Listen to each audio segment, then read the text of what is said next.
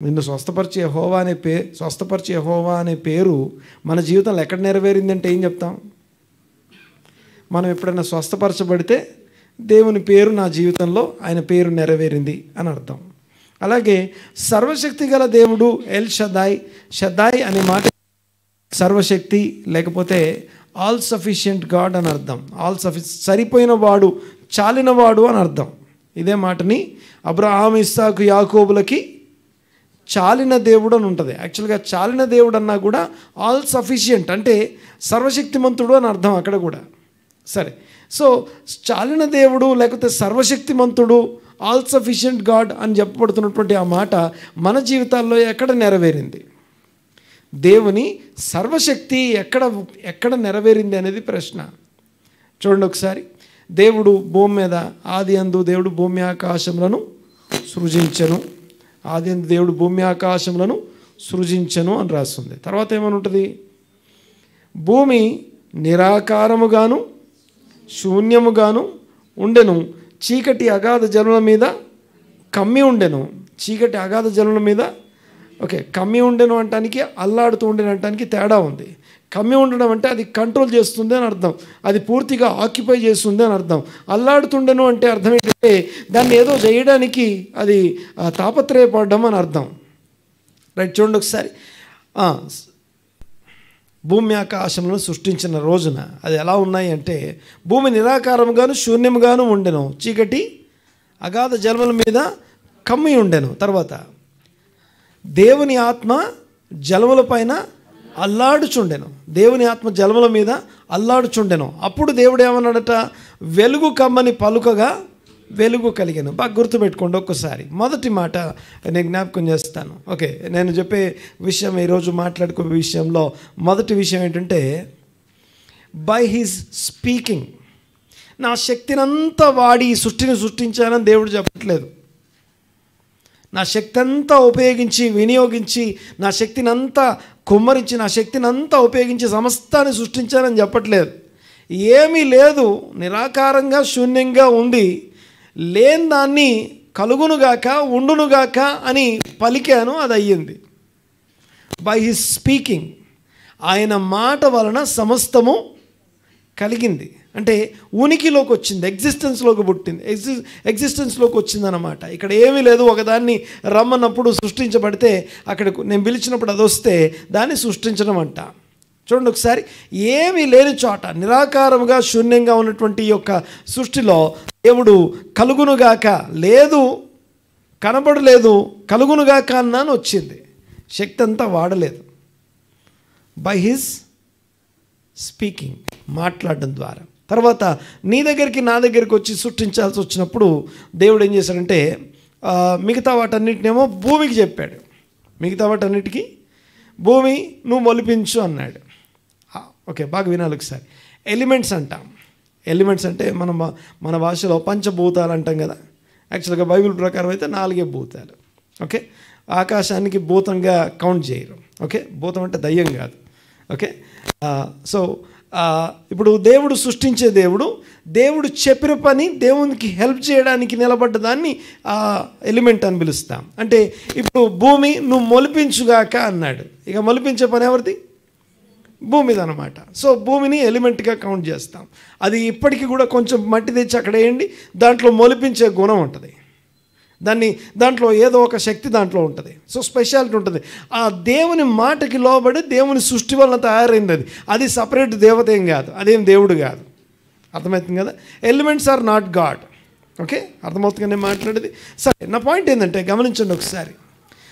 So భూమి మొలిపించునుగా కానీ, తర్వాత జలములు సృష్టించునుగా అంటే జలముల్లో నుంచి కలిగాయి అలా. So by his speaking everything was created. సమస్తమును ఆయన మాట వలన కలిగింది. లేని దాన్ని ఉన్నట్టుగా పిలిచాడు, అది పిలువగానే పలికింది, వచ్చేసింది. ఎస్ సార్ అన్నది, లేకపోతే చిత్తం ప్రభు అని నిలబడిపోయింది. బై హిస్ స్పీకింగ్, మాటను బట్టి మొదటిది. తర్వాత అదే మనిషి దగ్గరికి వచ్చేసరికి బై హిస్ టచ్. నరుని నేల మంటితో నిర్మించాడు దేవుడు. నరుని నేల మంటితో షేప్ చేస్తే, నిర్మిస్తే, మనం ఆయన చేతి పని అని రాసి ఉంటుంది. మనం ఆయన చేతి పని అనగా ఆయన స్పర్శ ద్వారా లేకపోతే ఆయన టచ్ ద్వారా మనం తయారు చేయబడ్డాం. ఓకే, సమస్తమేమో మాట ద్వారా కలిగింది. సో నిన్ను నన్ను సృష్టించడానికి ఆయన తన శక్తిని అంతా వాడలేదు. ముట్టుకుంటే తయారయ్యాం, పలికితే సమస్తం కలిగింది, ముట్టుకుంటే తయారయ్యాం. జీవవాయువును ఓకే, దేవుడు ఏమని రాస్తుంది అక్కడ, నేల మంటితో నరుని నిర్మించి వాని నాసికా రంధ్రములలో జీవవాయువును ఊదగా, తెలుగులో ఊదగా అని ఉంటుంది, బట్ ఇంకో కొన్ని చోట్ల విడువగా అని అర్థం. నిశ్వాస అంటాం అనండి ఒకసారి అన్నమాట. ఓకే, శ్వాసలో 2 భాగాలు ఉంటాయి, ఉచ్ఛ్వాస, నిశ్వాస. పీల్చుకోవడం, వదలడం లేకుండా ఏ మాట ఉండదు. ఓకే, అర్థమవుతుంది కదా. పీల్చుకోవడం, వదలడం లేకుండా ఏముండదండి. మాట్లాడాలి అంటే శ్వాసలో నుంచి, శ్వాస లేకుండా మాట్లాడలేము. ఓకే, శ్వాస లేకుండా మనము పలుకలేము, మాట్లాడలేము కదా. అయితే పాయింట్ ఏంటంటే గమనించండి ఒకసారి, ఈ శ్వాస ఏం చేస్తుందంటే ఆ దేవుని శ్వాసను బట్టి, ఆయన శ్వాస విడువగా మనము జీవించు ప్రాణి అయ్యాం. ఓకే, మళ్ళీ చెప్తాను చూడండి ఒకసారి. లేని దాన్ని ఉన్నట్టుగా పిలిచి పలికితే కలుగునుగాక అంటే వచ్చేసింది, మనల్ని ముట్టుకుంటే మనం తయారయ్యాం, ఊదితే జీవం వచ్చింది. ఊపిరి మన మీద విడిస్తే, మనలో ఊపిరి విడిస్తే ఏమైందండి, జీవం వచ్చింది కదా, జీవం కలిగింది మన లోపల. తర్వాత గమనించండి ఒకసారి, మరి ఎక్కడన్నా దేవుడు నేను సర్వశక్తిని వాడాను అని చెప్పి ఎక్కడన్నా రాసుందా అంటే, దేవుడు తన సర్వశక్తిని ఎక్కడ వాడాను, ఇక్కడ వాడాను అని ఎక్కడ రాసుంది అంటే మనకు ఎఫెసీ పత్రిక 2వ అధ్యాయం 17వ వచనం కనబడుతుంది. ఇక్కడ 17 నుంచి కొన్ని మాటలు చదవాలి, అది డైరెక్ట్గా మనకు కనబడదు, అది కొంచెం జాగ్రత్తగా చదవాలి. చూడండి ఒకసారి. మీ మనోనేత్రములు వెలిగింపబడినందున ఆయన మిమ్మును పిలిచిన పిలుపు వల్లైన నిరీక్షణ ఎట్టిదో, తర్వాత పరిశుద్ధులలో ఆయన స్వాస్థ్యం యొక్క మహిమైశ్వర్యం ఎట్టిదో, ఆయన క్రీస్తునందు వినియోగపరిచిన బలాతిశయమును బట్టి, క్రీస్తునందు ఏం చేశాడంటే దేవుడు తన బలమును ఉపయోగించాడు అని రాస్తున్నాడు. క్రీస్తునందు దేవుడు తన బలాన్ని ఉపయోగించాడట. తర్వాత బలాతిశయమును బట్టి విశ్వసించుచున్నటువంటి మనయందు, తర్వాత ఏమనుంది అక్కడ, ఆయన చూపుచున్న శక్తి, తన శక్తి యొక్క అపరిమితత్వము అనగా తన యొక్క శక్తి అంతటిని ఎక్కడ వినియోగిస్తున్నాడట, మనలో వినియోగిస్తున్నాడని మొదటనేమో క్రీస్తులో వినియోగించిన బలాతిశయము, తర్వాత రెండోసారి తన శక్తినంతా మనలో విశ్వసిస్తున్నటువంటి మనలో వినియోగిస్తున్నాడు అనే మాట. తర్వాత చూడండి ఒకసారి, ఇంకా కిందికి వెళ్దాం. ఆ శక్తి యొక్క అపరిమితమైన మహాత్యం ఎట్టిదో మీరు తెలుసుకొనవలనని, మన ప్రభువైన యేసుక్రీస్తు యొక్క దేవుడైన మహిమస్వరూపియగు దేవుడు తండ్రి తన్ను తెలుసుకొనుటయందు మీకు జ్ఞానమును ప్రత్యక్షత గల మనస్సు అనుగ్రహించున్నట్లు నేను నా ప్రార్థనల యందు మిమ్మను గూర్చి విజ్ఞాపనము చేయుచున్నాను. 20వ వచనం. ఆయన ఆ బలాతిశయము చేతను క్రీస్తును మృతులలో నుండి లేపి సమస్తమైన ఆధిపత్యము కంటను, అధికారము కంటను, ప్రభుత్వం, శక్తి కంటను, ప్రభుత్వం కంటను, ఈ యుగమందు మాత్రమే గాక రాబో యుగమందును పేరు పొందిన ప్రతి నామము కంటను ఎంతో హెచ్చుగా పరలోకమందు ఆయనను తన కుడిపార్శ్వమున కూర్చుండబెట్టుకొని ఉన్నాడు. మరియు సమస్తము పైన ఆయనను సంఘమునకు శిరస్సుగా నియమించను. ఆ సంఘము ఆయన శరీరము, సమస్తమును పూర్తిగా నింపుచున్నవాని సంపూర్ణత అయి ఉన్నది. తర్వాత చూడండి ఒకసారి, ఇక్కడ 20వ వచనంలో దేవుడు తన బలాతిశయం అంతటిని క్రీస్తును తిరిగి లేపడంలో వినియోగించాడట. దేవునికి స్తోత్రం, హల్లెలూయా. మొదటిగా దేవుడు కలుగునుగా కానీ పలికితే సమస్తం వచ్చింది. లేదు, ఉంటే బాగుండు, ఉండు అన్నాను, ఉన్నది, వచ్చేసింది. మాట్లాడితే సమస్తం కలిగింది. ముట్టుకుంటే మనం కలిగాం. శ్వాస విడిస్తే మనలో జీవం వచ్చింది. మరి దేవుడు తన శక్తిని ఎక్కడ వాడాడు అంటే, బాగా వినాలి ఒకసారి మాట, అపరాధముల చేత, పాపముల చేత, దోషముల చేత చచ్చి మరణించి ఆ యొక్క సమాధి చేయబడి ఎండిపోయిన ఎముకల్లాగా చెల్లా చెదురుగా ఉన్నటువంటి మనలను క్రీస్తుతో కూడా తిరిగి లేపడానికి దేవుడు తన శక్తినంతా వినియోగించాడట. ఆమేన్. దేవుడు తన శక్తిని ఎక్కడ వినియోగించాడు? వేరే మైక్.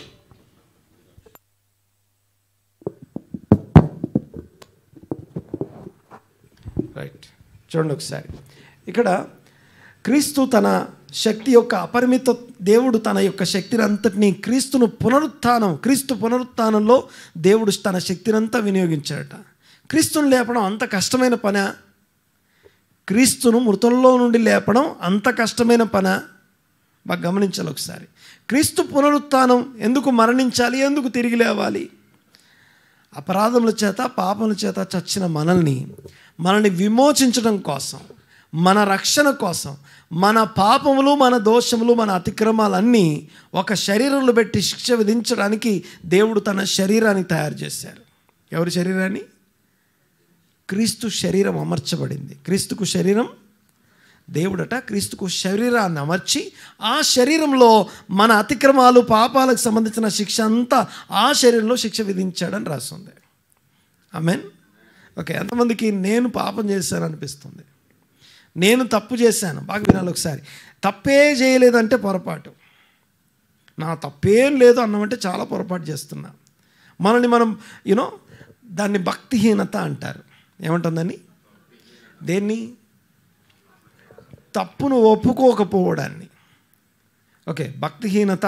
బాగా గమనించండి ఒకసారి. భక్తిహీనత అంటే అర్థం ఏంటంటే, బైబిల్లో 3 రకాల వ్యక్తులు ఉంటారు ప్రపంచంలో.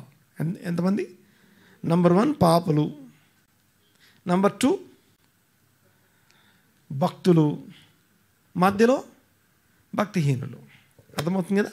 ఓకే, పాపులు, భక్తులు, భక్తిహీనులు, మధ్యలో భక్తిహీనులు. ఈ ముగ్గురు గురించి మీకు బైబిల్లో 50వ కీర్తనలు రాసి ఉంటుంది. ఓకే, బాగా గమనించండి. సో పాపులు, అపరాధాలు, పాపము, దోషము, దేవుని వాక్యం ఎరిగి ఉండి వాక్యం ప్రకారం నడవక, ఓకే, అతిక్రమాలు చేసే వాళ్ళని పాపి అంటాం. అయితే ఎరిగి ఉండి కూడా, భక్తి తెలిసి ఉండి కూడా చేయనివని భక్తిహీనుడు అంటాం. భక్తి తెలిసి ఉండి కూడా చేయనివని ఏమంటాం? భక్తిహీనుడు అంటాం. తర్వాత భక్తులు అంటే నిరంతరం ఆయన సన్నిధిలో బలులు అర్పించేవాడిని భక్తులు అంటాం. ఒకసారి 50వ కీర్తన చదువుదాం. చూద్దాం ఒకసారి. చదవండి ఒకసారి 50వ కీర్తన మొదటి నుంచి చదువుదాం ఒకసారి. దేవాది దేవుడైన యెహోవా ఆజ్ఞ ఇచ్చుచున్నాడు.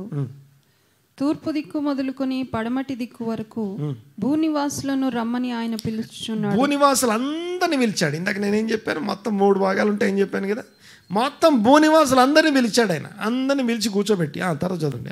పరిపూర్ణ సౌందర్యము గల సియోనులో నుండి దేవుడు ప్రకాశించుచున్నాడు. సియోనులో నుండి దేవుడు ప్రకాశిస్తున్నాడు. మన దేవుడు వేంచేయుచున్నాడు. ఆయన మౌనముగా నుండడు. ఆయన ముందర అగ్ని మండుచున్నది. ఆయన చుట్టూ ప్రచండ వాయువు విసురుచున్నది. ఆయన తన ప్రజలకు న్యాయము తీర్చుటకై బలి అర్పణ చేత నాతో నిబంధన న్యాయము తీర్చడం కోసం బలి అర్పణ చేత నాతో నిబంధన చేసుకున్న నా భక్తులను నా యొద్దకు సమకూర్చుడని. ఫస్ట్ భక్తులతో మాట్లాడుతున్నాడు. ఫస్ట్ భక్తుల్ని తీసుకురండి. ఈ భక్తులు ఏమేం చేస్తున్నారట? మొదట ఏమని రాస్తుంది? వీళ్ళు నిబంధన చేసుకున్నారు. దేవునితో తీర్మాన నిబంధన చేసుకున్నవారు, దేవునితో నిబంధన కలిగినటువంటి భక్తులు. తర్వాత ముందు చదమ్మా.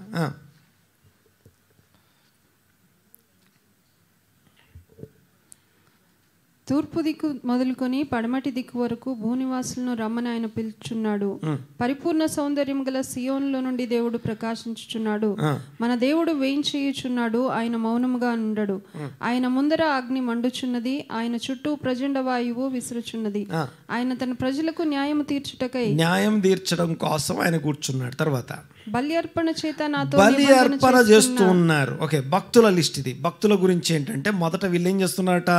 బలి అర్పణ చేస్తూ ఉన్నారు. తర్వాత నాతో నిబంధన దేవునితో నిబంధన చేసుకున్నారు. తర్వాత భక్తులను ఆ భక్తులను నా యొద్దకు సమకూర్చుడు. ఓకే, నా భక్తులు నాతో నిబంధన చేసుకొని బలి అర్పణ చేసేవాళ్ళు. బలి అర్పణ అంటే ఉదయం సాయంత్రం బలి, ఉదయం బలి చేసేవాళ్ళు. బలి చేసేవాళ్ళు అంటే అర్థం ఏంటో తెలుసా? దేవుని ఆజ్ఞలన్నీ అనుసరించే వాళ్ళని అర్థం. ఆజ్ఞలన్నీ అనుసరించే వాళ్ళని అర్థం. తర్వాత చూడండి, బలి అర్పిస్తున్నారు అంటే మాట విను. బలి అర్పణ కంటే మాట వినుట శ్రేష్టం. సో బలులు అర్పిస్తున్నారంటే మాట విన్నారు అని అర్థం. మాట విన్నారు అంటే అర్థం ఏంటంటే వీళ్ళు క్షమించాల్సిన వారిని క్షమిస్తారు, సమాధాన పడవలసిన వారితో సమాధాన పడతారు. దేవుని నిన్ను వాళ్ళని పొరుగు అని ప్రేమించడాన్ని పనిచేసేవాళ్ళు దేవుణ్ణి పూర్ణ మనసుతో, పూర్ణ భక్తితో, పూర్ణమైనటువంటి జ్ఞాన వివేకాలన్నిటితో దేవుణ్ణి ఆరాధించేవారు. అలాగా దేవుణ్ణి ఆరాధించే భక్తులు ఈ మొదటి గుంపు. వీళ్ళు బలి అర్పణ చేస్తున్నారు, నిబంధన కలిగి ఉన్నారు. కంటిన్యూ చేద్దాం ఒకసారి. వాళ్ళకి ఏం చెప్పబడుతుంది?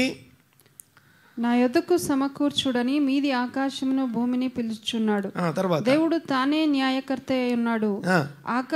ఆకాశము ఆయన నీతిని తెలియచేయుచున్నది. నా జనులారా నేను మాట్లాడబోచున్నాను, ఆలకించుడి. ఇశ్రాయేలు ఆలకింపుము. నేను దేవుడను, నీ దేవుడను. నేను నీ మీద సాక్ష్యము పలికెదను.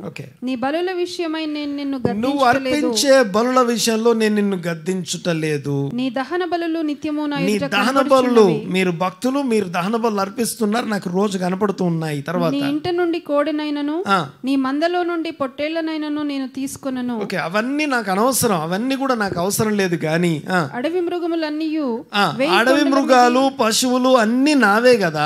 కొండలలోని పక్షులన్నిటినీ నేను ఎరుగుదును. పక్షులన్నిటి పేరున తెలుసు నాకు, ప్రతి పక్షి పేరు తెలుసు నాకు. తర్వాత పొలములోని పశువాదులు నా వశం, పొలంలో ఉన్న పశువులు తెలుసు నాకు. అడవిలో ఉన్న మృగాలు, పొలంలో ఉన్న పశువులు, ఆ యొక్క కొండల మీద ఉన్న ప్రతి పక్షి నాకు తెలుసు.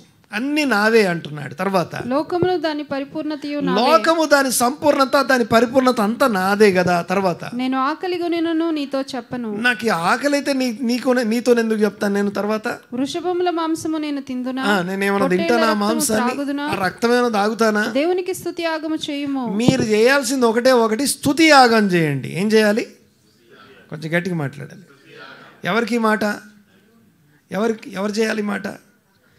ఎవరికి మాట? భక్తులకు చెప్పబడుతుంది. ఓ ఇశ్రాయేలు నిబంధన జనాంగమా, భక్తులారా, మీరు ఈ పని చేయండి. ఇదిగో రోజు బలులు అర్పిస్తున్నారు, ఆకలి అనిపిస్తున్నారు, అంత బాగుంది, ఓకే, కానీ స్తుతి యాగం చేయండి. మీ నుంచి నేను కోరుకునేది స్తుతి యాగం. ఇవన్నీ కంటిన్యూ, ఓకే నేనేమన్నాను కానీ కంటిన్యూ చేయండి, కానీ బట్ నాకు మాత్రం స్తుతి యాగం చేయండి, కృతజ్ఞత చెల్లించండి అని చెప్పబడుతుంది. తర్వాత కంటిన్యూ చేయండి. ఇదంతా చెప్పడం ఉద్దేశం ఏంటంటే భక్తిహీనుల గురించి జ్ఞాపకం చేయడం కోసం. నెక్స్ట్ చదువుదాం ఒకసారి. మహోన్నతునికి నీ మొక్కుబడులు చెల్లించుము. నువ్వు ఏ మొక్కుబడి చేసుకున్నావో, ఏ తీర్మానాలు చేసుకున్నావో వాటిని చెల్లించేసాయి. తర్వాత ఆపత్కాలమున నీవు నన్ను గురించి మొరపెట్టుము, నేను నిన్ను విడిపిస్తాను, నీవు నన్ను మహిమపరచెదవు, నీవు నన్ను మహిమపరుస్తావు. భక్తిహీనులతో దేవుడు, ఇప్పుడు భక్తిహీనులతో దేవుడు మాట్లాడుతున్నాడు. నా కట్టడలను వివరించుటకు నీకేమి పని? ఓకే, భక్తిహీనుల గురించి మాట్లాడుతూ నా కట్టడలను వివరించుటకు నీకేం పని? నా నిబంధన. ఓకే, భక్తిహీనులు అంటే భక్తి తెలియని వాళ్ళు కాదండి. భక్తిహీనులు అంటే భక్తి అంతా తెలిసిన వారు, వాక్యం తెలిసిన వారు, వాక్యం మాట్లాడేవాళ్ళు. బాగా గమనించాలి ఒకసారి. భక్తిహీనతను గురించి ముందు జ్ఞాపకం చేయడానికి ఈ మాటలన్నీ మాట్లాడుతున్నాం. ఓకే, చూడండి ఒకసారి. భక్తి తెలిసిన వారు, వాక్యం తెలిసిన వారు, వాక్యాన్ని మాట్లాడేవాళ్ళు. మళ్ళీ కంటిన్యూ చేయమా. నా నిబంధన నీ నోట వచ్చి, నా వాక్యం చెప్పడం నీకేం పని? నా కట్టడాల గురించి వివరించడంతో నీకేం పని? తర్వాత దిద్దుబాటు నీకు అసహ్యము కదా. భక్తిహీనుల యొక్క క్యారెక్టరిస్టిక్ చూడండి ఒకసారి. Number 1, they are not interested to correct themselves. దిద్దుబాటు అసహ్యం. They don't listen. ఆ దిద్దుబాటుకి సంబంధించిన ఒక కరెక్షన్ వర్డ్ వస్తే దాన్ని తీసుకోలేరు. చాలా కష్టం అది తీసుకోవడం. అలా తీసుకోలేని మనస్తత్వాన్ని భక్తిహీనత అంటాం. ఓకే, ఏమంటాం దాన్ని? గట్టిగానండి. ఓకే, భక్తిహీనత అంటాం. ఇంగ్లీష్లో ఏమంటారు తెలుసా దాన్ని? ఏమని రాస్తున్నావా? విక్కుడా? ఓకే అమ్మా, భక్తిహీనులు అంటే ఏమంటారు ఇంగ్లీష్లో? అన్గాడ్లీయా? ఏముంది బైబిల్? విక్కుడనే ఉందా? ఓకే, సరే విక్కడనే కంటిన్యూ చేద్దాం. రైట్. ఒకటి, they are not interested to correct. డిసిప్లిన్ని హేట్ చేస్తాం. నెంబర్ 1 దిద్దుబాటు హేట్ చేస్తాం, అసహించుకుంటారు. తర్వాత నెక్స్ట్ రెండోది, నా మాటలు నీ వెనుకకు త్రోసివేసేది. ఓకే, దేవుని మాట వస్తే దాన్ని ఏం చేస్తాం తెలుసా? మామూలుగా తీసుకోవాలి, దాన్ని ఏం చేస్తాం? వెనకకి త్రోసివేస్తారట. తర్వాత, నీవు దొంగను చూచినప్పుడు వానితో ఏకీభవించదు. దొంగను చూసినప్పుడు దొంగతో ఏకీభిస్తావు. వ్యభిచారులతో నీవు వ్యభిచారులతో సాంగత్యం చేస్తావు. కీడు చేయవలనని నీవు కీడు చేయడానికి నోరు తెరుస్తావు. నీ నాలుక కపటము కల్పించు, కపటమును కల్పించును. నీవు కూర్చుండి నీ సహోదరుని మీద కొండెములు చెప్తావు. నీ తల్లి కుమారుని మీద అపనిందలు మోపుతావు. ఇట్టి పనులు నీవు చేసి ఇవన్నీ చేస్తున్నావు.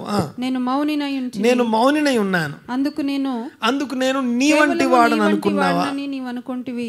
తర్వాత, అయితే నీ కన్నుల ఎదుట ఈ సంగతులను, నీ కన్నుల ఎదుట, బాగా వినాలి ఒకసారి, దేవుని తీర్పు ఎలా ఉంటుందంటే మనం చేసిన వాటిని ఒక్కొక్కటి మన ఎదురుకు తీసుకొచ్చి మరి ఒక్కొక్క విషయంలో మనల్ని గద్దిస్తాడు. ఓకే, అన్కన్ఫెస్డ్ సిన్స్ అనేవి మనలో ఉండడం ఆయనకి ఇష్టం లేదు. అనండి ఒకసారి మాట. అంటే ప్రతి దోషం, ప్రతి పాపం ఒకటి కరెక్ట్ చేయబడాలి, రెండు ఒప్పుకోబడాలి. ఓకే, అర్థమైంది కదా? దేవుని వాక్యం నా దగ్గరికి వచ్చినప్పుడు దేవుడు మన నుంచి కోరుకునేది inside out transformation, inside out ఒక ట్రాన్స్పరెంట్ లైఫ్ స్టైల్ దేవుడు కోరుకునేది. సో దిద్దుబాటును అసహించుకునేవాడిని విక్కుడు అంటాం, లేకపోతే భక్తిహీనుడు అంటాం. తెలుగులో మనకి భక్తిహీనుడు అని. అయితే చూడండి ఒకసారి, దిద్దుబాటు నీకు అసహ్యము. తర్వాత దేవుని మాటలు నీ దగ్గరికి వచ్చినప్పుడు దాన్ని వెనకకు దోసివేస్తావు.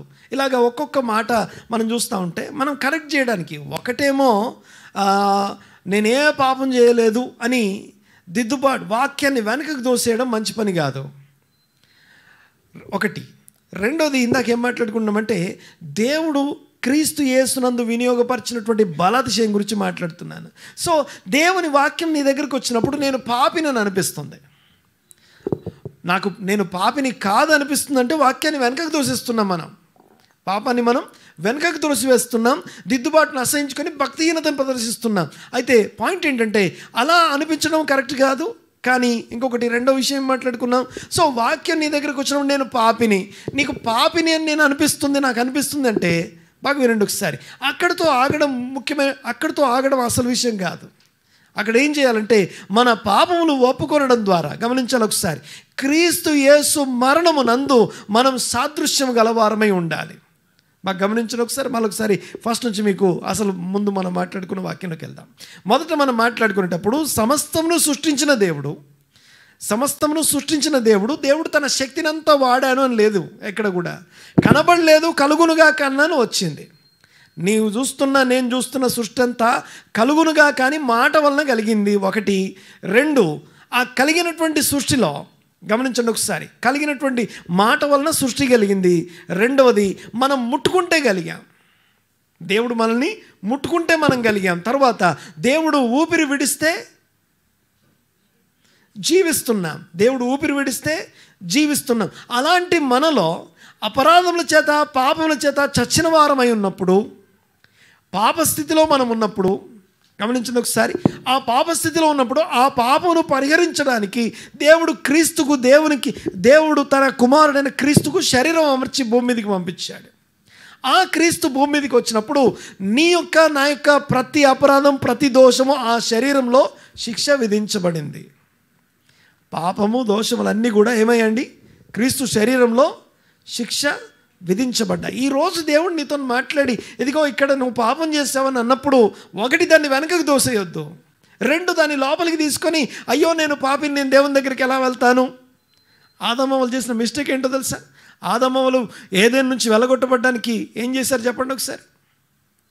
ఏం తప్పు చేశారు వాళ్ళు? పాపము,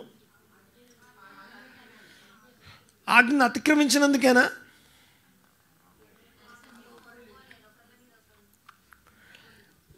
పాపమును ఒప్పుకోకపోవడం సమస్య. అందుకని సామెతల గ్రంథంలో ఒక మాట రాసుందా, ఏమనుంటుందండి? అతిక్రమమును దాచిపెట్టువాడు వర్ధిల్లడు, దానిని ఒప్పుకొని విడిచిపెట్టువాడు కనికరం పొందుతాడు, దేవుని కృప పొందుతాం. ఆమేన్, హల్లెలూయా. సో పిల్లలందరినీ స్కూల్కి పంపించండి, జూనియర్ చర్చ్కి పంపించండి పిల్లలందరినీ. అద్విత్, అలెఫ్, వెళ్ళిపోండి.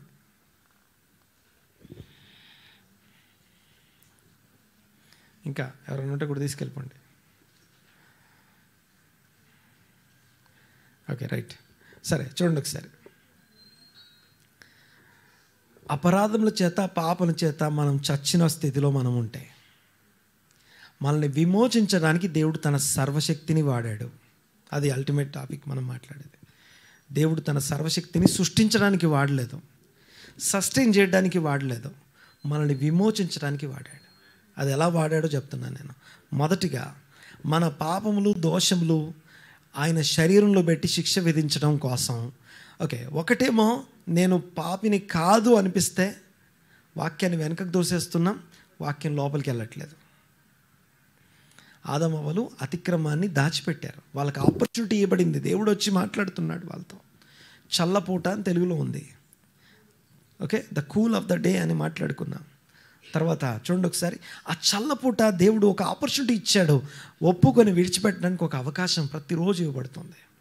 దేవునికి స్తోత్రం కలుగునుగాక. ఆమేన్. తర్వాత చూడండి ఒకసారి. నెక్స్ట్, అలాంటి ఓకే, ఒకటి నేను పాపిని కాదనిపిస్తే భక్తిహీనత. నేను పాపిని గిల్ట్లో నువ్వు ఉంటే, గిల్టీగా ఫీల్ అవుతూ నేను పాపిని అంటే ఆదాము అవ్వలు ఏం చేశారు తెలుసా? వాళ్ళ పాపాన్ని బట్టి ఏం చేశారు వాళ్ళు వెళ్ళి ఆ యొక్క అంజూర కచ్చడం తయారు చేసుకుని వాళ్ళు దాక్కున్నారు. దేవుడు పిలుస్తుంటే పలకట్లేదు. వాళ్ళు దేవుని దగ్గరికి రాకుండా ఆగిపోయారు. బాగా గమనించాలి ఒకసారి. నెక్స్ట్, ఇక్కడ ఒకటి నేను పాపిని కాదు అనడం తప్పే. రెండు, నేనే పాపిని అని చెప్పి గిల్టీగా ఉండడం కూడా కరెక్ట్ కాదు. ఆ పాపము క్రీస్తు యేసు శరీరంలో శిక్ష విధించబడింది. ఆమేన్. దేవుడు తన సొంత కుమారుని పాప శరీరాకారంతో పంపి, ఒక్కసారి చదువు ఒకసారి రోమపత్రిక 8వ అధ్యాయం 3వ వచనం. రోమపత్రిక 8వ అధ్యాయం చూడండి ఒకసారి. రోమిలకు రాసిన పత్రిక 8వ అధ్యాయం 3వ వచనం. శరీరమును అనుసరింపక ఆత్మను అనుసరించి నడుచుకొను మనయందు, శరీరమును అనుసరింపక ఆత్మను అనుసరించి నడుచుకొను మనయందు ధర్మశాస్త్ర సంబంధమైన నీతి విధి నెరవేర్చబడవలనని పాప పరిహారము నిమిత్తము దేవుడు తన సొంత కుమారుని పాప శరీరాకారముతో పంపి ఆయన శరీరంలో మన ప్రతి దోషమునకు, అపరాధానికి శిక్ష విధించాడు. అంటే క్రీస్తు మరణములో, ఓకే బాగా గమనించండి ఒకసారి, ఆయన శరీరంలో మన పాపమునకు శిక్ష విధించాడు. రోమపత్రిక 6వ అధ్యాయం 5వ వచనం చదువుదాం ఒకసారి. 6వ అధ్యాయం 5వ వచనం, అదే పత్రిక 6వ అధ్యాయం 5వ వచనం చూడండి ఒకసారి. మరియు ఆయన మరణం యొక్క సాదృశ్యము, క్రీస్తు మరణం యొక్క సాదృశ్యములో ఆయనతో ఐక్యత గలవారు. ఓకే చాలు, ఒక్కసారి. క్రీస్తు మరణం యొక్క సాదృశ్యంలో ఐక్యత కలిగి ఉండుట అంటే క్రీస్తు నా కొరకు మరణించాడు, క్రీస్తు నాకు బదులు మరణించాడు, క్రీస్తు నా కోసం మరణించాడు కాదు. కానీ ఏమని రాస్తుందండి? క్రీస్తు నందు నేను మరణిస్తున్నాను. క్రీస్తు మరణం యొక్క సాదృశ్యమందు ఐక్యత అంటే నేను మరణిస్తున్నాను అక్కడ. అంటే క్రీస్తు మరణం క్రీస్తుది మాత్రమే కాదు, నాది కూడా నమ్మేవాళ్ళు. చదవండి ఒకసారి, మరొకసారి. రోమపత్రిక 6వ అధ్యాయం 5వ వచనం. మరియు ఆయన మరణం యొక్క సాదృశ్యమందు ఐక్యత గలవారమైన ఎడల ఆయన పునరుత్థానం విషయంలో కూడా సాదృశ్యమందును ఆయనతో ఐక్యము గలవారమై ఉన్నాము. ఆమె అనండి గట్టిగా హల్లెలూయా. ఓకే, గమనించండి ఒకసారి, మరొకసారి మీకు గుర్తు చేస్తాను. మనము ఈ సృష్టి అంతా దేవుడు మాట్లాడితే కలిగింది. సృష్టి అంతా దేవుడు మాట్లాడితే కలిగింది. రెండు, దేవుడు ఈ సృష్టి అంతా నిన్ను నన్ను ముట్టుకుంటే మనం కలిగాం. మాట్లాడితే సృష్టి కలిగింది, ముట్టుకుంటే మనం తయారయ్యాం. జీవం విడిస్తే, ఊపిరి విడిస్తే మనం జీవిస్తున్నాం. గమనించండి, జీవాత్మ నరుడు జీవాత్మ ఆయన అని మాట్లాడుకున్నాం, లివింగ్ సోల్ అని మాట్లాడుకున్నాం. ఇలాంటి లివింగ్ సోల్ అనేటువంటి మనలో దేవుడు తన శక్తిని ఎక్కడ వాడుతున్నాడంటే అపరాధముల చేత, పాపల చేత చచ్చిన మనల్ని క్రీస్తు మరణం యొక్క సాదృశ్యం గలవారమైతే క్రీస్తుతో కూడా తిరిగి లేపే విషయంలో దేవుడు తన శక్తి యొక్క అపరిమితత్వాన్ని అంతా వాడాడు అని చదువుకుంటున్నాం. సర్వశక్తిమంతుడు అనండి ఒకసారి. ఎల్ షదాయ్, సర్వశక్తిమంతుడు దేవుడు క్రీస్తును తన శక్తినంతా వాడి క్రీస్తును మృతులలో నుండి లేపాడట. మరొకసారి, దేవుడు తన సర్వశక్తిని ఎక్కడ స్వస్థపరిచే దేవుడు తన స్వస్థతను ఎక్కడ వాడాడంటే, మనం స్వస్థపరచబడితే మనం స్వస్థపరచబడే విషయంలో, హీల్ చేసే విషయంలో తన స్వస్థపరచుట అనే పేరు వాడాడు అనుకుందాం. అలాగే సర్వశక్తిమంతుడు తన సర్వశక్తిని ఎక్కడ వాడాడంటే, క్రీస్తును తిరిగి లేపడంలో దేవుడు తన సర్వశక్తిని వాడాడు. ఆమేన్. ఆ క్రీస్తును లేపడం అంత కష్టమైన పని అంటే, క్రీస్తును మాత్రం లేపట్లేదు, కానీ ఎవరెవరైతే ఈ క్రీస్తు మరణంలో నేను సాదృశ్యం, క్రీస్తు మరణ సాదృశ్యంలో ఐక్యత కలిగి ఉండడం అంటే ఏంటి? క్రీస్తు మరణ సాదృశ్యంలో ఐక్యత కలిగి ఉండడం అంటే అర్థం ఏంటి? ఏం చేయాలి మనం? నేను కూడా క్రీస్తుతో కూడా సిలువ వేయబడ్డాను. ఎలా సిలువ వేయబడతాం మనం? ఏ విషయంలో సిలువ వేయబడాలి?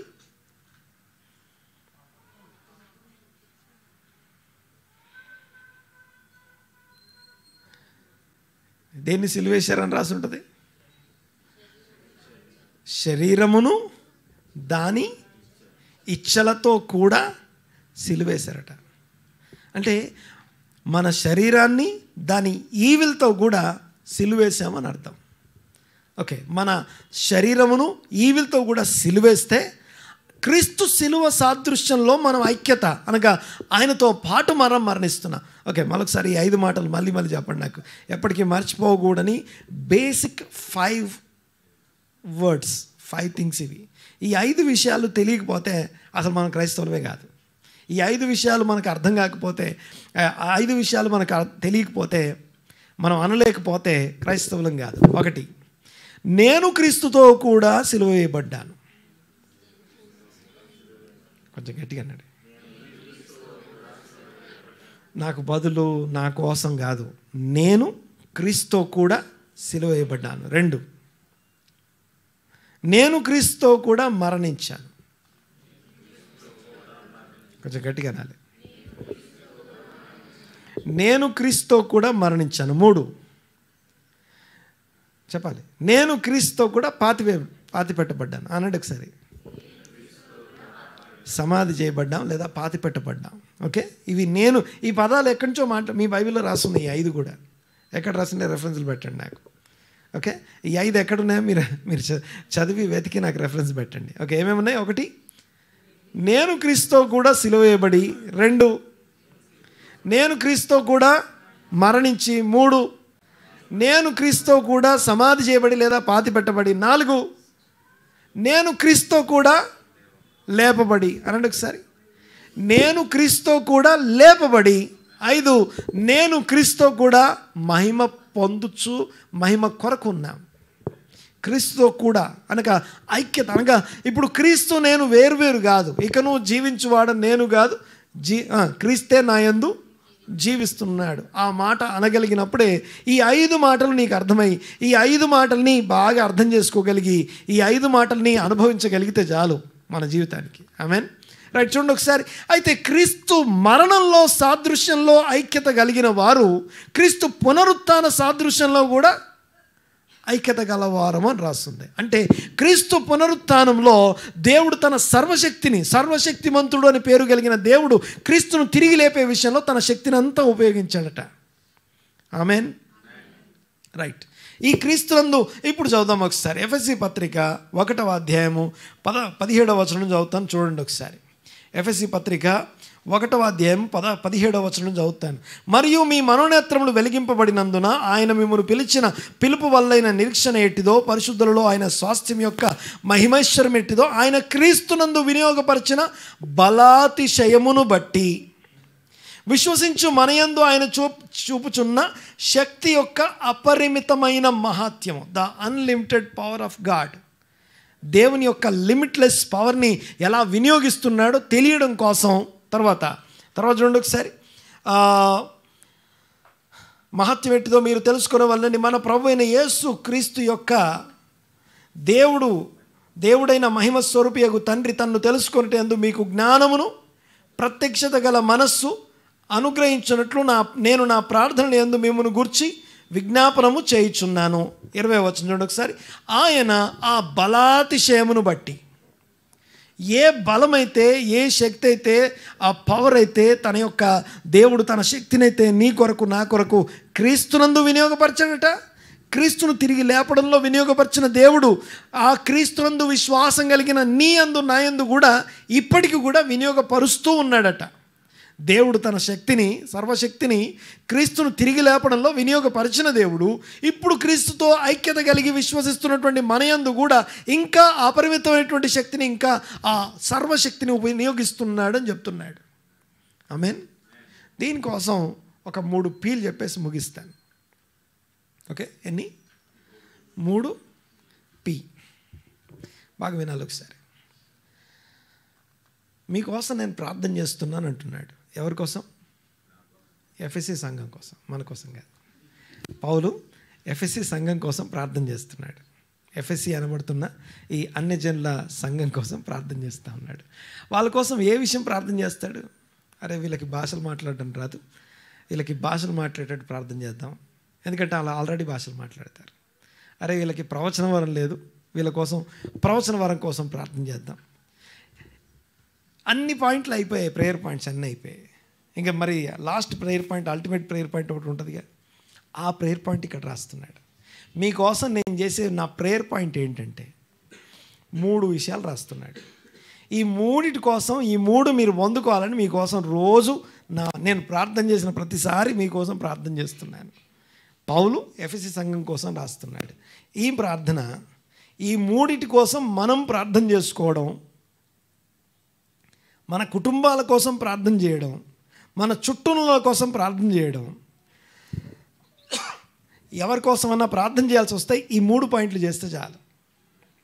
ఓకే, ఆ 3 ఏంటి?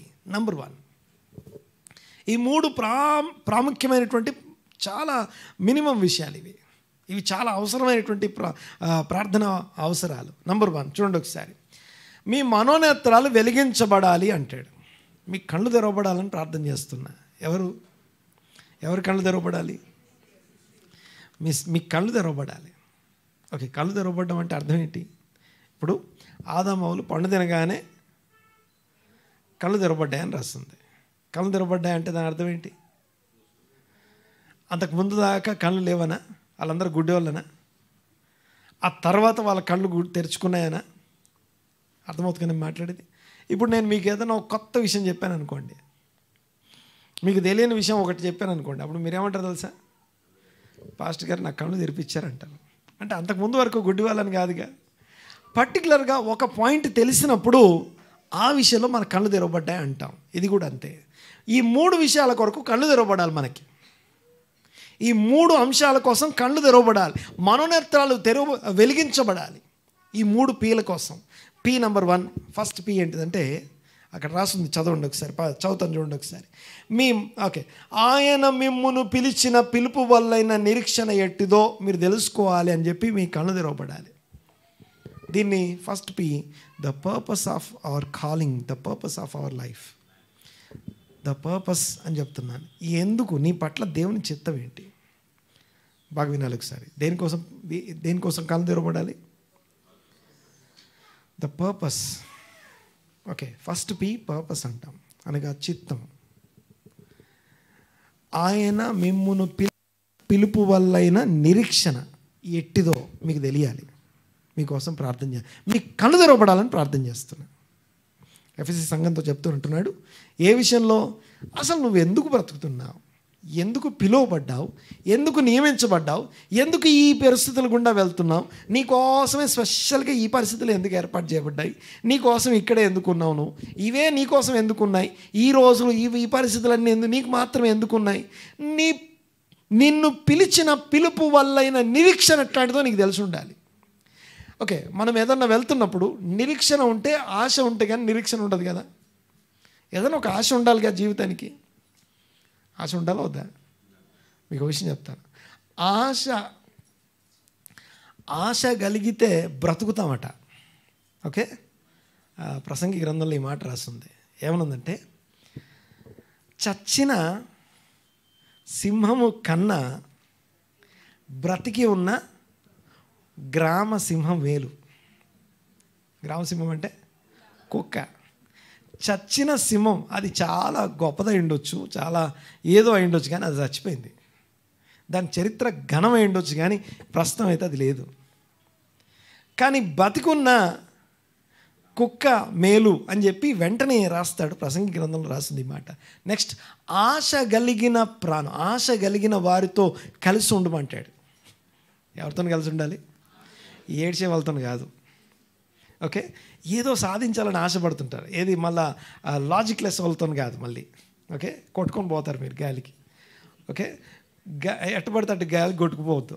ఓకే, లాజిక్ లేకుండా అన్నీ అది నమ్ముతున్నాం, ఇది నమ్ముతున్నాం, అది చేస్తాం, ఇది చేస్తాం, ఇలాంటి మాట్లాడే వాళ్ళతో నేను ఒక మాట అంటాను, వాళ్ళు వేరే ఉంటారులేండి అని చెప్తా. వాళ్ళు వేరే ఉంటారు అవి చేసేవాళ్ళు. ఓకే, వినండి ఒకసారి నేను చెప్పే మాట. మనకు ఈ లోపల ఉన్న ఫెయిత్ ఏదైతే ఉందో దాన్ని బిలీఫ్ సిస్టమ్ అంటాం. మీ విశ్వాసము లోపల బిలీఫ్ సిస్టమ్. నీ బిలీఫ్ సిస్టమే నిన్ను నడిపిస్తుంది. నీ మాటల్ని, నీ చేతల్ని, నీ ఎక్స్పెక్టేషన్స్, ప్రతిదీ నీ బిలీఫ్ సిస్టమ్ మీద. బిలీఫ్ సిస్టమ్ సరైనది ఉంటే సరిగ్గా నమ్ముతాం. సరిగ్గా నమ్మడం తెలిసి సరిగ్గా జీవిస్తాం మనం. ఓకే,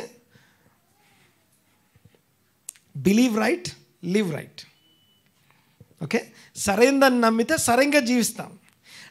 సరిగ్గా జీవించట్లేదంటే సరిగ్గా నమ్మట్లేదు అని అర్థం. నమ్మకాన్ని, బిలీఫ్ సిస్టమ్ని అప్డేట్ చేసుకోవాలి. దేన్ని అప్డేట్ చేయాలి? ఓకే, ఓఎస్ అట్లా బిఎస్ అలాగనమాట. ఓకే, లోపల బిఎస్ అంటాం. సో బిలీఫ్ సిస్టమ్ అని ఒకటి ఉంటుంది, దాన్ని అప్డేట్ చేసుకోవాలి. దాన్ని వాక్యంతో అప్డేట్ చేసుకోవడానికి ఇక్కడ వచ్చి కూర్చునేది మనం. ఓకే, ఇక్కడ వచ్చి కూర్చొని వాక్యం విని మన బిలీఫ్ సిస్టమ్ని సరి చేసుకుంటున్నాం. అర్థమవుతుందనే మాట్లాడేది. సో ఆశ గల వారితో అనగా ఆశ కలిగి ప్రాస్పర్ అయ్యే వాళ్ళతో ఉంటారు. వాళ్ళతో కలిసి ఉండడం చాలా మంచిది. నేను కాదు, ఈ మాట వాక్యం చెప్తా ఉంది. ఆశ గల వారితో కలిసి ఉండడం వలన జీవించుదామని ఒక నిరీక్షణ కలుగుతుందట. జీవించాలని ఒక నిరీక్షణ కలుగుతాడు, లేకపోతే చచ్చిపోతాం మనం. ఓకే, ఒక కోడి పిల్లని చచ్చిపోయిన కోడి పక్కన పడుకోబెట్టండి, ఇది కూడా చచ్చిపోద్ది. Okay, death is contagious. Depression అనేది డెత్కి సంబంధించిన ఒక ఏమంటాం అంటే అవి రెండు కలిసి ఉంటాయి.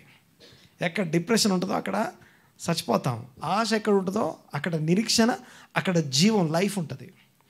ఏదో చేయాలనే ఆశ ఉంటుంది కదా, అదేం చేస్తుందంటే ఇంకా నేను బతికిస్తుంది, ఇంకా నీ యవ్వనాన్ని రోజుకి నూతనపరుస్తూ ఉంటుంది. ఎందుకంటే సాధించాల్సింది చాలా ఉంది, ఏం లేదంటే ఇంకా చచ్చిపోతాం ఇంకా.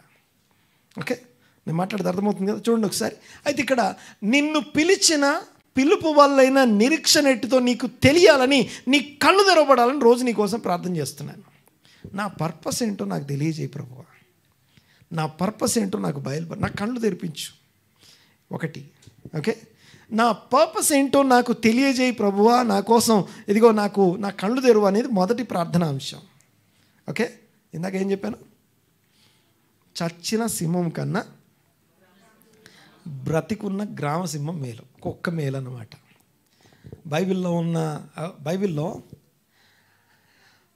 బైబిల్లో చాలామంది అన్యులు ఉన్నారు. ఓకే, యూదులు అన్యుల్ని కుక్కలని పిలుస్తారు. యూదులు అన్యుల్ని ఏమంటారు? కుక్కలని పిలుస్తారు. అయితే చచ్చిన సింహం కన్నా కుక్కలు మేలు. అలాంటి కుక్కలు చాలామంది ఉన్నారు. ఓకే, అప్పట్లో పాతది ఒక మెసేజ్ ఉంటుంది, మీకు ఎంతమంది తెలుసో తెలీదో, dogs in the kingdom of God అని. Dogs in the kingdom of God, అదొక మెసేజ్ పాతది. ఓకే, రూతు ఒక అన్యురాలు, కుక్క. చచ్చిపోయిన వాళ్ళందరికంటే బతుకున్న కుక్క మేలు.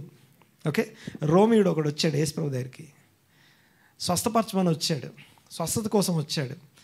నువ్వు మా ఇంటికి రావద్దు అంటాడు. యేసయ్య నువ్వు మా ఇంటికి రావద్దు, ఎవరన్నా ఇంటికి రమ్మంటారు, ఆయన ఏమంటారు తెలుసా?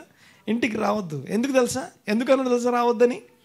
నీ మాటకి, ఎక్కడ రాజు ఉంటాడో రాజుకు ఆజ్ఞ, రాజు మాటకి శక్తి ఉంటుంది, పవర్ ఉంటుంది, ఆయన ఆజ్ఞకి లోబడతారు.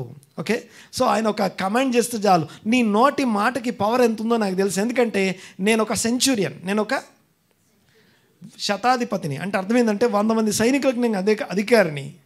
నా కింద నేను అబౌట్ టర్న్ లెఫ్ట్ అంటే లెఫ్ట్ తిరిగే వాళ్ళు ఉన్నారు, అబౌట్ టర్న్ రైట్ అంటే రైట్ తిరుగుతారు వాళ్ళు. అలాగే నా పైన కూడా అధికారులు ఉన్నారు, సహస్రాధిపతులు అంటాం వాళ్ళని. 1000 మంది మీద అధికారులు. వాళ్ళు అబౌట్ టర్న్ రైట్ అంటే నేను రైట్ తిరగాలి, లెఫ్ట్ అంటే లెఫ్ట్. అంటే మాట పలికితే లోబడే వాళ్ళు నాకు తెలుసు, మాట పలికినప్పుడు దానికి నేను లోబడ్డం నాకు తెలుసు. నాకు తెలుసు అయ్యా నీ శక్తి, నీ ప్రభావం, ఇక్కడి నుంచి ఒక మాట చెప్పు, అక్కడ మేము స్వస్థపరచబడతాం. ఇలాంటి విశ్వాసం ఇశ్రాయేలు ఇంటి వారిలో నేను ఎక్కడ చూడలేదు. Dogs in the kingdom of God, దేవుని రాజ్యంలో కుక్కలు, దాని పేరు. ఓకే, అర్థమవుతుంది కదా. సో అలాగా ఇంకొక ఆమె వచ్చింది. సరే, నా పాయింట్ ఏంటంటే ఆశ కలిగిన వారితో అయితే నా పాయింట్ ఏంటంటే గమనించండి ఒకసారి. ఒక ప్రార్థన, ప్రేయర్ పాయింట్ నెంబర్ 1, దేవా నా పర్పస్ ఏంటో నాకు తెలియజేయి, నా కళ్ళు తెరువు. దేనికోసం ఆశపడాలి, దేనికోసం చూడాలి. ఆశలన్నీ చచ్చిపోయాయి, లేకపోతే ఇంకే నిరీక్షణకు ఆస్పదమే లేదు, ఎండిపోయిన ఎముకలు ఉన్నా, మా ఆశలు విఫలం అయిపోయాయని చెప్పి సమాధిలో ఉన్నా సరే దేవుడు మీ దగ్గరికి వచ్చి మిమ్మల్ని విడిపిస్తాడు అని నమ్మకం మీ దగ్గర ఉంటే చాలు. ఆయన మిమ్మల్ని సమాధుల నుంచి కూడా లేపుతాడు. ఆమేన్, ఆమేన్, రైట్. దేవునికి స్తోత్రం. ఫస్ట్ ప్రేయర్ పాయింట్ ఏంది? The purpose of life. Second prayer point అక్కడేం చూడండి ఒకసారి, ఏమని రాసింది అక్కడ? ఆయన మిమ్మును పిలిచిన పిలుపు వల్లైన నిరీక్షణ ఎట్టిదో, the purpose of life. Next చూడండి ఒకసారి, పరిశుద్ధులలో ఆయన స్వాస్థ్యం యొక్క మహిమైశ్వర్యం ఎట్టిదో. దీన్ని ఏమంటామంటే పరిశుద్ధులలో అంటే పరిశుద్ధులుగా ఉండడానికి పిలువబడ్డాం, పరిశుద్ధులుగా ఉండడానికి పిలువబడ్డాం. పర్పస్ అది. ఆ పర్పస్ కలిగినటువంటి వారి కోసం దేవుడు పొజిషన్స్ ఏర్పాటు చేశాడట, స్వాస్థ్యాన్ని ఏర్పాటు చేశాడు. సెకండ్ పి, పొజిషన్ కాదు, పొజిషన్స్. ఓకే, స్వాస్థ్యం, ఆస్తులు అన్నమాట. ఎవరి కోసం? ఓకే, దేనికోసం ఆశపడుతున్నామో, ఆశ కలిగి ఉంటే కళ్ళు తెరవబడితే దానికోసం ఆశపడతాం, జీవిస్తాం. తర్వాత అలా ఆశపడే వాళ్ళ కోసం, పరిశుద్ధుల కోసం దేవుడు ఏ స్వాస్థ్యాన్ని ఏర్పాటు చేశాడో అది తెలియాలి మనకి. నా ఆస్తి ఎంతో నాకు తెలిసి ఉండాలి, నాకున్న ఆస్తి ఏంటో నాకు తెలిసి ఉండాలి. ఒక ఆమె వచ్చి ఎలీషా దగ్గరికి వచ్చి ఏడుస్తూ ఉంది, అరుస్తూ ఉంది. ఏమంటుంది తెలుసా? అందరు అయిపోయింది, ఏం లేదు నా దగ్గర అని. కానీ ఆయన ఆమె సైడ్ తిరిగి ఆమెతో అన్న మాట ఏంటో తెలుసా? నీ ఇంట్లో ఏముంది అనండి ఒకసారి అన్నమాట. ఓకే, మన సొల్యూషన్ ఎవరింట్లోనూ ఉండదు. ఎక్కడ ఉంటుంది? మన ఇంట్లోనే ఉంటుంది. మన స్వాస్థ్యం గురించి అప్పటిదాకా తెలియదు ఆమెకి. ఆమె ఇంట్లో ఏముంది? ఒక pot of oil, not just oil, pot of oil, ఒక కుండ, నూనె కుండ అనండి ఒకసారి.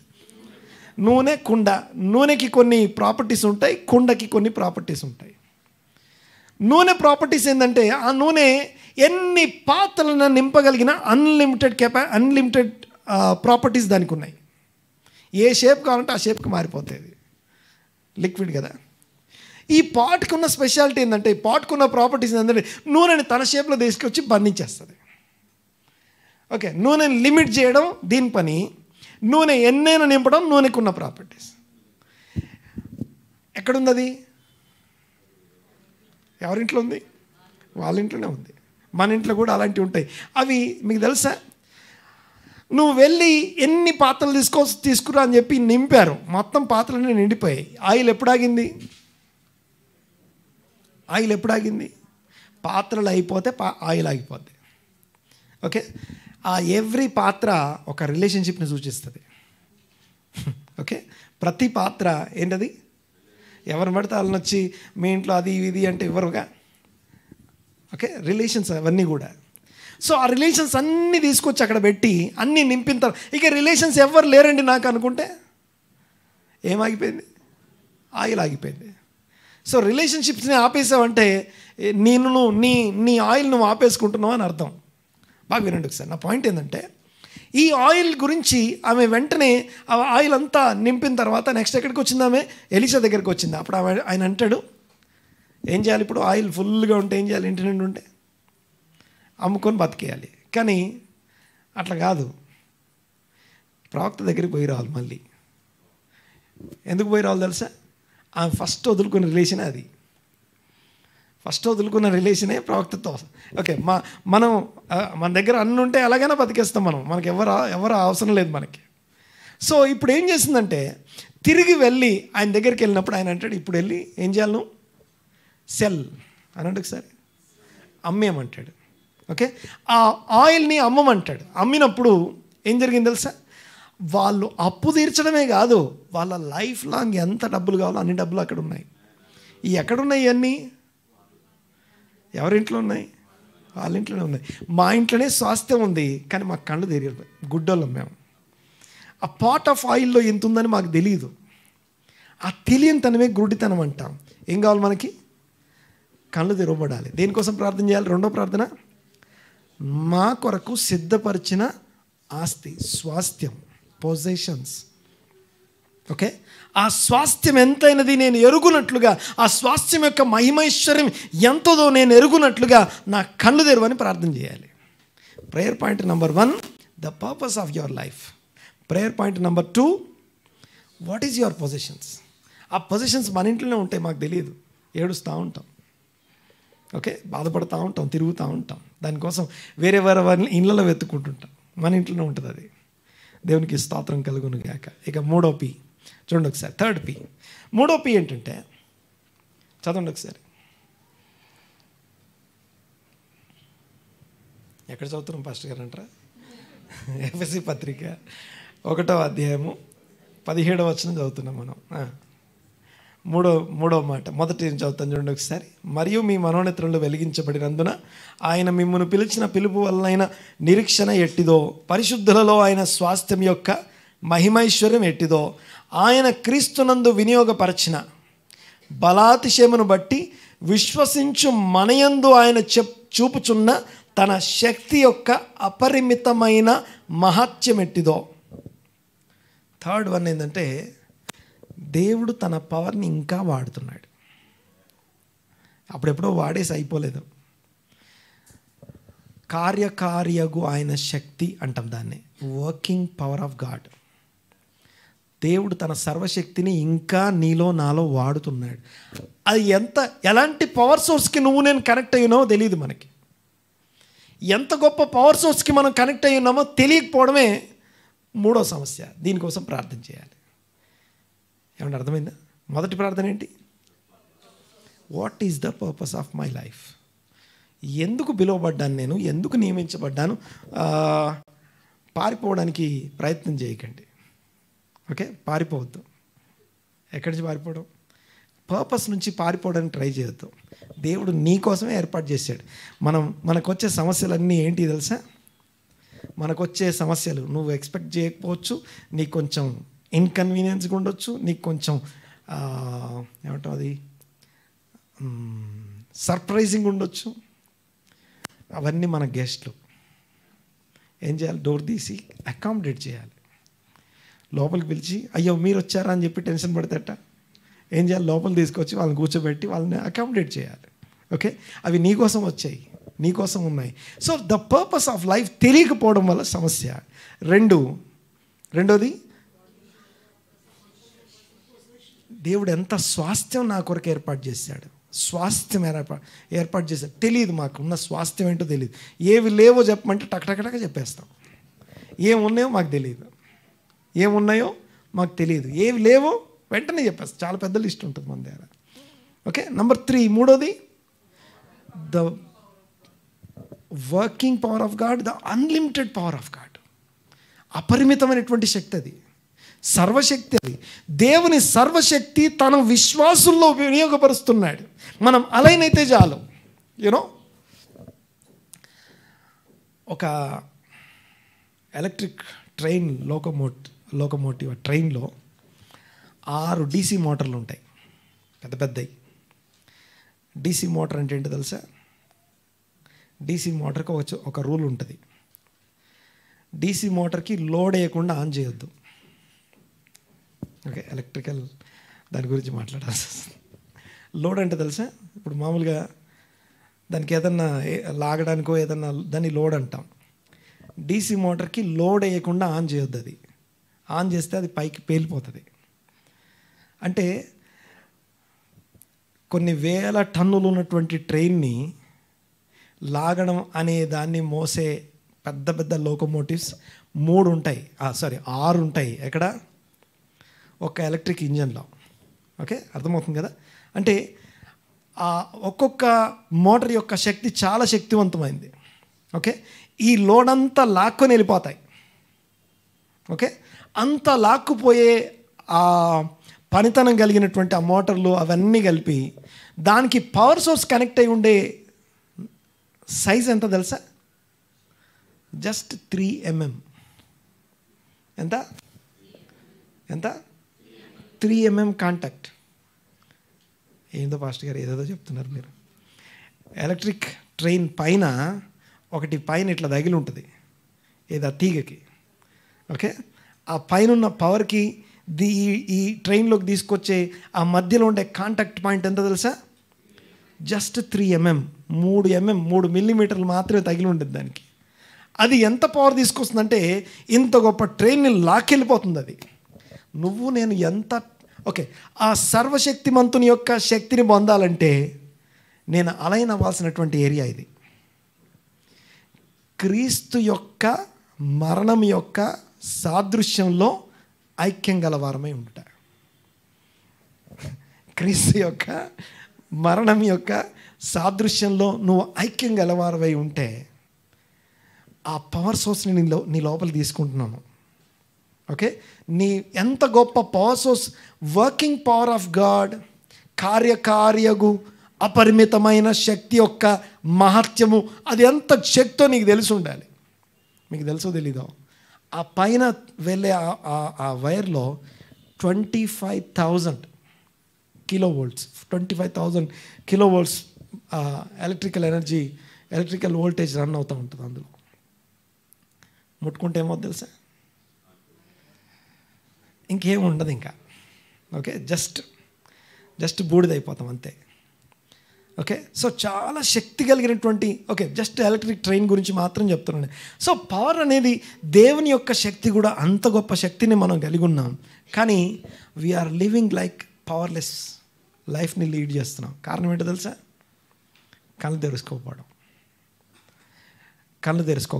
మళ్ళీ చెప్తున్నాను, గమనించండి ఒకసారి. దేవుడు సర్వశక్తిమంతుడు. సర్వశక్తిమంతుడైన దేవుడు తన సర్వశక్తిని వాడేది ఎక్కడంటే, ఒకటి క్రీస్తును తిరిగి లేపడంలో వినియోగపరిచిన దేవుడు, తన యందు విశ్వాసం ఉంచు వారిలో ఇప్పటికీ పనిచేస్తున్నటువంటి దేవుని శక్తి, కార్యకార్యగు దేవుని శక్తి. ఆమేన్. దేవునికి మహిమ కలుగును గాక. సో ఒకటి, ఈ 3 Pల కోసం ప్రార్థన చేయాలి. ఒకటి, the purpose of life. Number 2, the positions, స్వాస్థ్యం ఎంతైందో తెలిసి ఉండాలి. నెంబర్ 3, మూడోది, ఎంత పవర్ మనకు కలిగి ఉంది. యూనో, ఒకరోజు ఎలీషా దగ్గరికి గెహాజీ శిష్యుడు పరిగెత్తుకుంటూ వచ్చి చెప్తున్నాడు, సిరియన్ల సైన్యం దండు ఒకటి పెద్దది వస్తుంది మన మీదకి, మనం ఏమో అయిపోతాం, టెన్షన్ పడతా ఉన్నాడు. అప్పుడు ఎలీషా ఏం చేశాడు? చెప్పాలి, ఏం చేశాడట? ప్రార్థన చేసి, దేనికోసం ప్రార్థన చేశాడు? ఆ వచ్చేటోళ్ళ కోసం కాదు, ఈ చూడాల్సిన వాడికి కళ్ళు తెరవడం కోసం ప్రార్థన చేశాడట. గెహాజీ కళ్ళు తెరవమని ప్రార్థన చేస్తే, గెహాజీ కళ్ళు దేవుడు తెరిస్తే గెహాజీకి కనిపించిందట, ఈ కొండ నిండా అగ్ని రథాలు ఉన్నాయట. ఓకే, దేవుడు మన కొరకు దాచి ఉంచిన స్వాస్థ్యము, దేవుడు మన కొరకు కలిగి ఉన్న ద పర్పస్ ఆఫ్ లైఫ్, దేవుడు మనలో వినియోగపరుస్తున్న శక్తి, ఈ 3 ఎంత గొప్పవో మనకు తెలిసి ఉండాలి. తెలియకపోవడమే, అన్నీ ఉండి ఏం లేనట్టుగా, పవర్లెస్గా, పర్పస్లెస్గా, లేకపోతే పొజిషన్స్లెస్గా బీదరికంలో బతికేస్తున్నాం. అందరం తలలు వంచి అందరం లేచి పెడదాం, ఒకసారి ప్రార్థన చేసుకుందాం. చిన్న ప్రార్థన. అందరము లేచి నిలబడి మీ చేతులు ఖాళీ చేయండి. ఒకసారి మీ కుడి చేయిని మీ తల మీద పెట్టుకోండి. ఒకసారి ప్రార్థన చేద్దాం. ఈరోజు దేవా, నా కళ్ళు తెరవండి ప్రభు. ఈరోజు ప్రార్థన, మీ కుడి చేయిని మీ తల మీద పెట్టుకోండి. ఒకసారి అందరం కళ్ళు మూసుకుందాం. ఎవరు ఇటు తిరగవద్దు. తలలు వంచి కళ్ళు మూసుకొని కుడి చేయిని తల మీద పెట్టుకుందాం. రైట్ హ్యాండ్,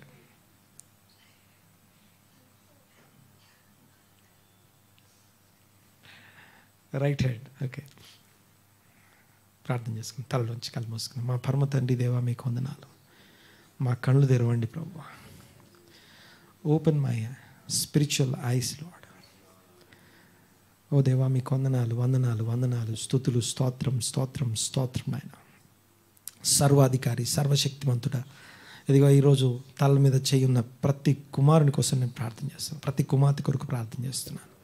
మనోనేత్రాలు వెలిగించండి అయ్యా. మనోనేత్రాలు వెలిగించండి ప్రభు. మనోనేత్రాలు వెలిగించండి ప్రభు. ఆశ లేకుండా, నిరీక్షణ లేకుండా, ఇదిగో నిర్జీవ స్థితిలో, ఇదిగో డిప్రెషన్ని లోపల కలిగి ఉండి మాటల్లో నింపుకొని పదే ఇదిగో దేవా, నీకు విరోధంగా మాట్లాడుతాం, చింత విచారంతో మాట్లాడుతాం, మా కీడులతో మేము మాట్లాడతాం. దేవా, అనేక రోజులు మేము గడిపాం. ఇక నుండి మా జీవితంలో ఇదిగో ఆశ, నిరీక్షణ, విశ్వాసం నిలిపి ఉంచబడును గాక. మా కళ్ళు తెరవండి ప్రభువా. పర్పస్ ఆఫ్ లైఫ్ని మాకు బోధపరచండి నాయన. నా పర్పస్ని నాకు తెలియజేయండి ప్రభువా. ఎంత ఉన్నతమైన పిలుపు నా గురించి మీరు కలిగి ఉన్నారు, ఎంత ఉన్నతమైన ఉద్దేశాలు నా గురించి మీరు కలిగి ఉన్నారు. బోధపరచండి, బోధపరచండి, బోధపరచండి. కళ్ళు తెరవండి ప్రభువా. మా కళ్ళు తెరవండి ప్రభువా. మనోనేత్రాలు వెలిగించమని ప్రార్థన చేస్తున్నాను. ఇదిగో ఈ యుగ సంబంధమైన దేవత యేసు క్రీస్తు సువార్త ప్రకాశం వారి మీద ఉదయింపకున్నట్లు వారి కళ్ళకు, వారి మనోనేత్రాలు గుడ్డితనం కలిగజేసిందన్న ఆ మాట, ఆ గుడ్డితనం ఇప్పుడే ఇదిగో విడిపోవునుగాక. అదిగో కన్నుల నుండి ఇదిగో పొరల వంటివి ఇప్పుడే రాలి పడునుగాక. స్పష్టంగా చూడడానికి ఇదిగో కన్నులు తెరవబడునుగాక. దేవా, మీకు వందనాలు, స్తోత్రం నాయన. మా కోసం ఎంత స్వాస్థ్యాన్ని మీరు వినియోగపరుస్తున్నారు, దాచిపెట్టారు. మహాత్యం కలిగిన స్వాస్థ్యాన్ని మా కొరకు మీరు ఏర్పాటు చేశారు. దాన్ని బట్టి మీకు వందనాలు, స్తుతులు, స్తోత్రం నాయన. కృతజ్ఞత చెల్లిస్తూ ఉన్నాం.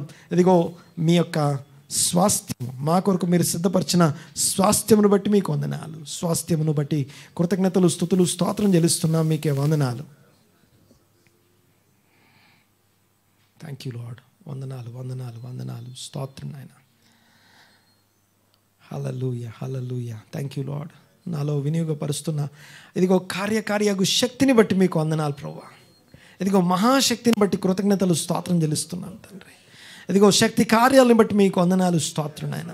ఇదిగో మీ పవర్ని మేము అనుభవించదము గాక, మీ శక్తిని మేము అనుభవించదము గాక.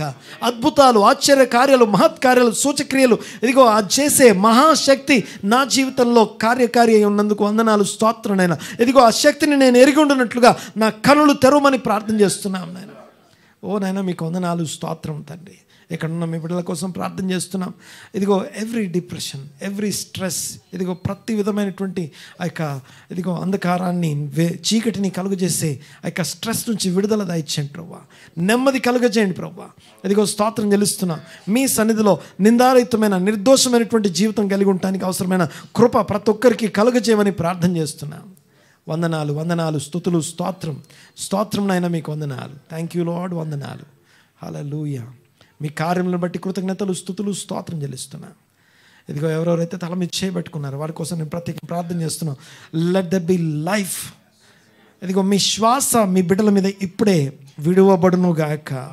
జీవంతో వారి ఆత్మల్ని నింపబడును గాక. మనోనేత్రాలు ఇప్పుడే వారికి వెలిగించబడును గాక.